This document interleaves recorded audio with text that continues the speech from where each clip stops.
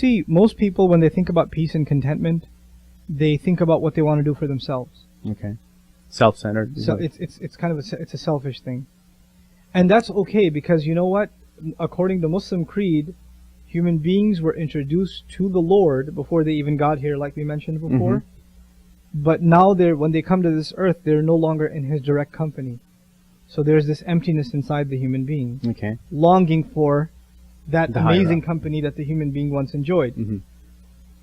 Now, that emptiness, you can fill it with anything else, and it will just be depleted and it won't fill you. Okay. And the only thing that will fill you is when you realize that original covenant, you are master, I am slave, and I'm ready to serve. And I want to serve only you. If you turn to God, I'm not even saying Allah, you turn to God and you say to Him, I have decided to serve only you. Show me the truth.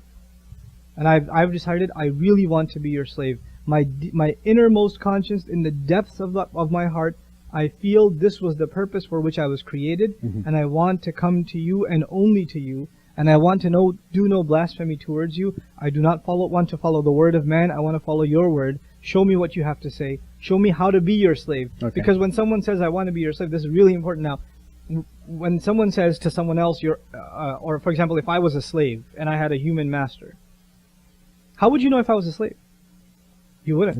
That's a good point. The only way you would know that I'm a slave is if I was always doing what the master wants. But the only way for me to know what the master wants is not telepathically. He's got to spell it out for me.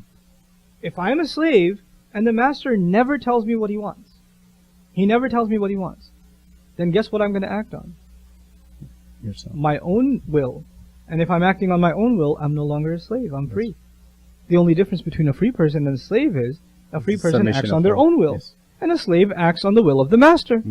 So if you've decided you're going to be a slave to God, you're going to be His slave, then it's necessary that you ask Him, well, tell me how to be your slave. The Qur'an's phrase for that is, Ihdina sirat al-mustaqim, guide us.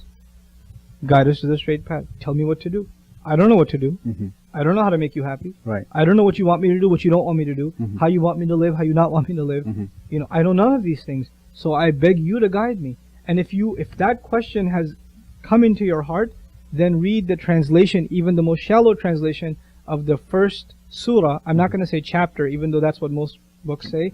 It's the first unit, if you will, or the first surah of the Quran. Just read it even in translation. You'll find what your inner conscience has been thinking outlined right there. Okay.